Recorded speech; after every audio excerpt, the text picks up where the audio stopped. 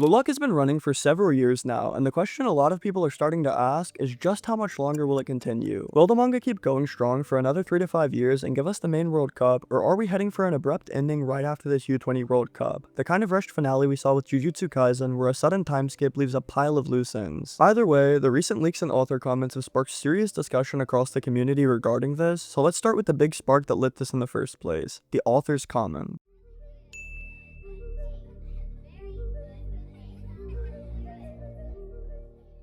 Alongside the chapter 314 leaks this week, we also get a major reveal from volume 35. At the end of the volume, set to officially release on August 12th, KANESHIRO left a personal comment about the story's direction. I'll quickly read you guys the translated version that's been circulating the internet, but keep in mind, this is not the official release and it could be totally different. At last it begins, the FIFA U-20 World Cup. Up to this point, we've navigated many twists and turns, constantly asking ourselves, like this, is it going to turn out like that, as we've moved forward and built the story. Now that it has begun, I believe we're heading towards the conclusion that lies ahead. Even if it's imperfect, I intend to proceed carefully, one step at a time, so that what we ultimately create will be etched into the corner of all of your memories. And now, kick off. Now obviously the phrase that had everyone panicking was heading towards the conclusion, and I get it. It sounds like the story is preparing to wrap up, but before we start writing Blue Lock's obituary, we need to take a closer look at the wording and the context. For starters, this doesn't read like a final goodbye message. KANESHIRO says "I believe" and uses language that suggests uncertainty. This could just be the beginning of the final phase of the arc, not the entire manga. It's tied directly to the U-20 World Cup starting, so it's very possible he's just talking about wrapping up this tournament in a meaningful way when we get to that point. And even if he is heading towards an ending, we all know how manga can change direction.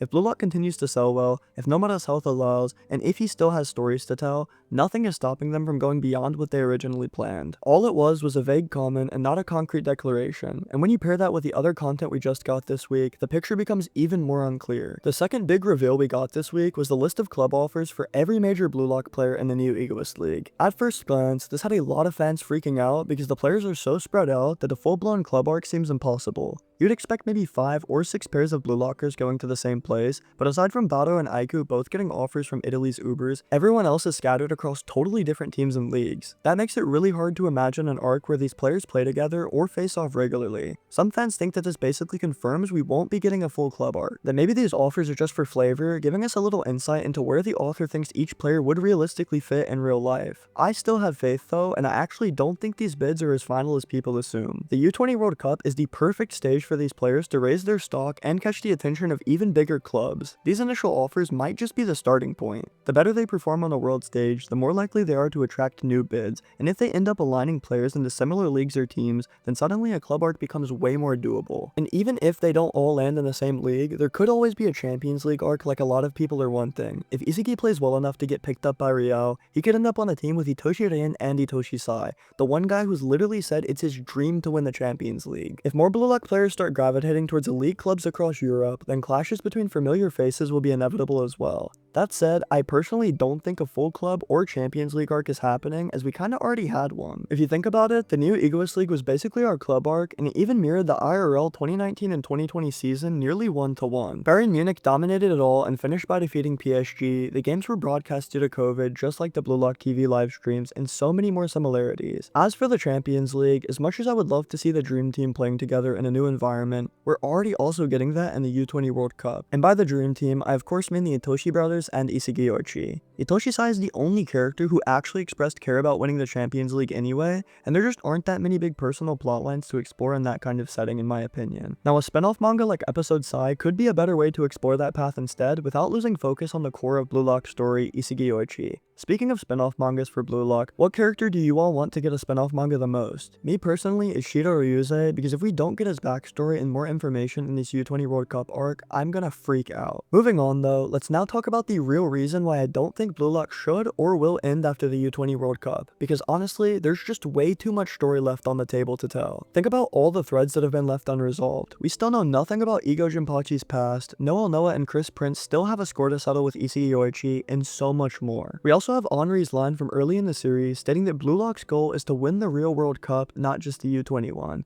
Now I know, early on in the U-20 World Cup announcement, it was said that it's even bigger than the World Cup practically, 64 teams are participating, all that cool stuff. I don't care. It's still not the World Cup. all of the players are still under 20, and it does not hold the same weight. Like, I thought this was pretty obvious to people, but what's the harder team to face? France with just Loki and Charles, or France with the #1 striker also helping them? Under 20 is not the big leagues. Luna even said to the Blue Lock players, "Let's meet again on the real field." But if the story ends after the U20 World Cup, we quite literally will never see anything more of the World 5 unless it's flashing off camera. Now, if Japan loses the U20 World Cup, it would lead to Iko Jinpachi being fired, which adds a whole new layer of structural and political conflict to the story. Maybe Baratsura takes over like he said, and the Blue Lock players revolt. Maybe Henri steps up and finds a way to bring Ego back. There are so many directions the story could go, and ending it all within one arc just feels like a huge waste of potential. Even if the U20 World Cup is the final tournament arc, we still need time to explore the characters, answer unresolved questions, and show us what becomes of the Blue Lock philosophy in the future. Shout out to whoever implanted this idea in my head. I promise I don't remember and I'm so sorry, but imagine Isagi Yoichi's first fan